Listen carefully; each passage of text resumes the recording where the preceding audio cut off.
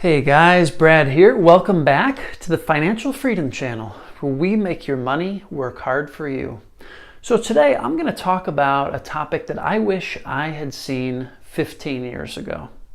So I'm 36 now. I didn't really start thinking about investing until about 3 years ago. When I was 33, I started diving into this. And I wish I understood at that point, actually a lot earlier than that, how important it was to start early, the power of compound growth over time. So, if you're in your 20s, pat yourself on the back for starting to think about investing already. And I want to share, say you got $1,000, whether it's from a summer job or, maybe you got $1,000 as a gift from graduation, wherever it came from. How do you put that $1,000 to work in your 20s to really invest in your financial future? So let's get into that. $1,000 in your 20s. There's two categories you should really consider putting that money into. One is business. Okay?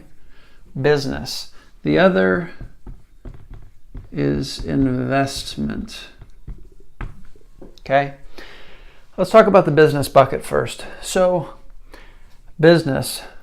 Let's say half of that goes in this bucket. So we got $500 to really educate ourselves around business. And here's what I suggest about that. Find someone who has created a course or an online program that teaches people how to do something, okay? So and it's something that you're passionate about, like something that you want to learn, a niche that you're excited about. So say you're really into strongman, like, World's Strongest Man. You see those guys lifting the stones and putting them up on platforms, lifting cars, running with cars. Say you're really into strongman, and you've found someone who teaches people how to build their own strongman equipment at home, right? So, online course to build own strongman equipment.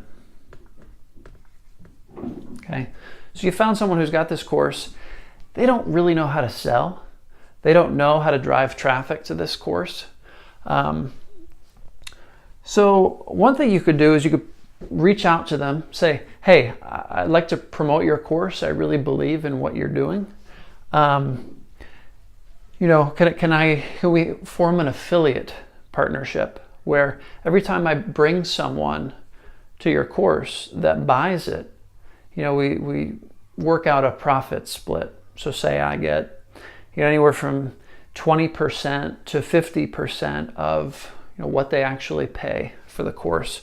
So say it's a $150 course. You work out a 40% affiliate commission. So what is that? You're going to get $60 every time someone buys that course if you're sending the traffic. So you work out this structure. Now you've got $500, right, to figure out how to send traffic and get that traffic to actually buy that program, okay? So you've got $500 to advertise, and every time you sell, you're making $60. So the first thing I would do is say, okay, I'm going to dedicate $60 to advertising, right? Whether it's YouTube ads, Facebook, Instagram. Take $60, right? So take $60 out of this, or whatever your affiliate commission is for one sale, and say, okay, my goal is to spend $60 on advertising and get one sale. Okay? And figure out how to do it. That's it. Figure out how to do it. And once you've done it, start deploying some of this other money towards advertising to see if you can increase that. Maybe you get a deal for $50 in advertising. Maybe you tweak it, you figure out how to get a deal for $40 in advertising. So, play with this, guys. Find someone who has an information product where they're teaching people something that you want to learn or something that you're passionate about, and figure out how to sell. Figure out how to sell that product. So that's the first bucket, business. The second one is investment. So investment, pick something. Pick something within the investment space, whether it's, you want to really get good at stock investing, whether you want to learn how to buy cash flowing real estate rental properties, tax sales. You want to buy tax liens or tax deeds at the local tax auction. Figure out something within the investment arena. Stocks, real estate. I mean, there's so many options within real estate, obviously.